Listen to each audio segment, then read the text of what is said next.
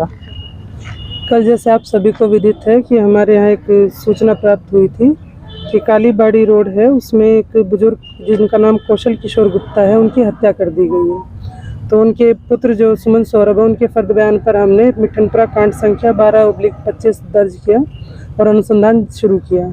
हमारे तकनीकी साक्ष्य जुटाने के क्रम में थाने की टीम द्वारा जितने भी साक्ष्य एकत्रित किए गए, उनमें सीसीटीवी फुटेज और सीडीआर का अवलोकन मुख्य था, जिसके आधार पर हम लोग इस निष्कर्ष पर पहुंचे कि हत्या के पीछे जो मृतक है उनकी पोती का हाथ है और साथ में उनका सहयोगी जो बना उसके प्रेमी जो उसका क्लासमेट भी है वो है।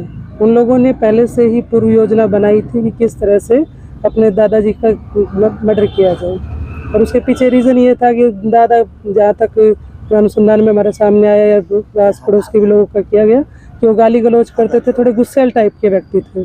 तो उनका पोती के साथ रवैया थोड़ा सा ख़राब था, उसी के चलते पोती ने सोचा कि क्यों ना इनको हटा ही दिया जाए, थोड़ा विक्षिप्त हो गई थी उस चीज़ से।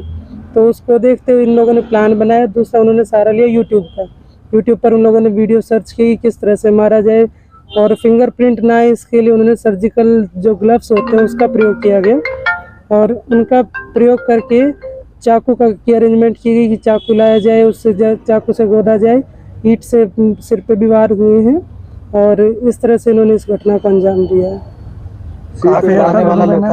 अफेयर है, दोनों ने स्वीकारा है कि क्लासमेट भी हैं दोनों, तो वो चीज़ सामने आई है। जिस समय सिर पे मैम वार किया गया था तो वो जो बुजुर्ग थे उनकी आवाज़ नहीं आई थी? घटना किस तरह से हुई थी कि जब ये लोग कमरे में एंटर किए तो वो जग गए थे, तो जैसे ही खड़े हुए तो पहले रिंच से सिर पे मारा गया, एक रिंच भी मिली है हमें, और उससे जैसे सिर पे मारा तो आवाज़ आने लगी, तो बेडशीट से उन्होंने मुंह बांध दिया, और लड़के ने फिर सिर पे पत्थर से वार किया, ईंट वहीं नीचे बेड के नीचे लगी हुई थी, और लड़की ने चाकू से गोदना शुरू कर दिया, और जो मृतक है उनके शरीर पर 37-38 चाकू के निशान हैं जो गोदे गए हैं।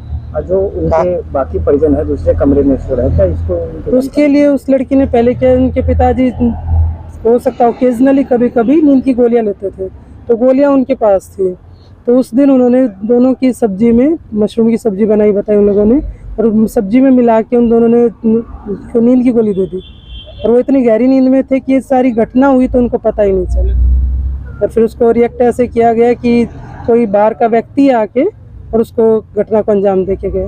ये पहले से प्लान करके रखे? ये पहले से प्लान था, 1-2 बार इनकी पूर्व योजना भी बनी कि कर दिया जाए, लेकिन मौका ना मिलके या कुछ आपसी सहमति नहीं बनी, तो इस दिन को इन लोगों ने चुना कि इसको कर दिया जाए।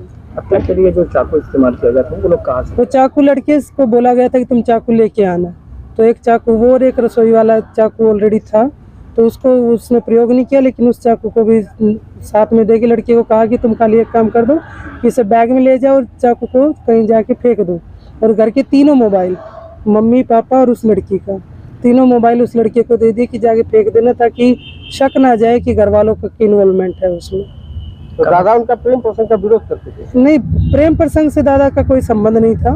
लड़के को उसने एक सहयोगी के तौर पर तैयार किया था कि मैं इस चीज़ से परेशान हूँ, वो मुझे गाली गलौज करते हैं, उनका व्यवहार मेरे साथ अच्छा नहीं है, बैड टच वाली कोई बात भी सामने आई है, तो उसके लिए वो जब घटना को अंजाम दे रही थी तो उसमें सहयोगी के रूप में उसको बुलाया गया था। दोनों के बीच में कितने साल से? 5-6 महीने से लोग एक ही कोचिंग में, उसी से उनकी जान पहचान। लड़की बालिग या नाबालिग? दोनों नाबालिग बच्चे।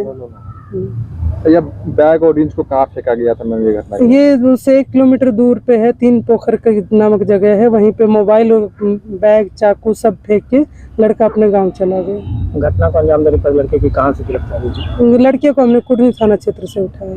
वहाँ पे वो रहने वाला है या नहीं? वहीं का परमानेंट स्थायी निवासी वहीं का है, यहाँ पर किराए के कमरे में रहते थे। जो लड़का जो घटना को अंजाम देने गांव से आया था या शहर से? नहीं, यहीं पे रहता था, पैदल ही चल के आ गया था, नजदीक ही रहता था।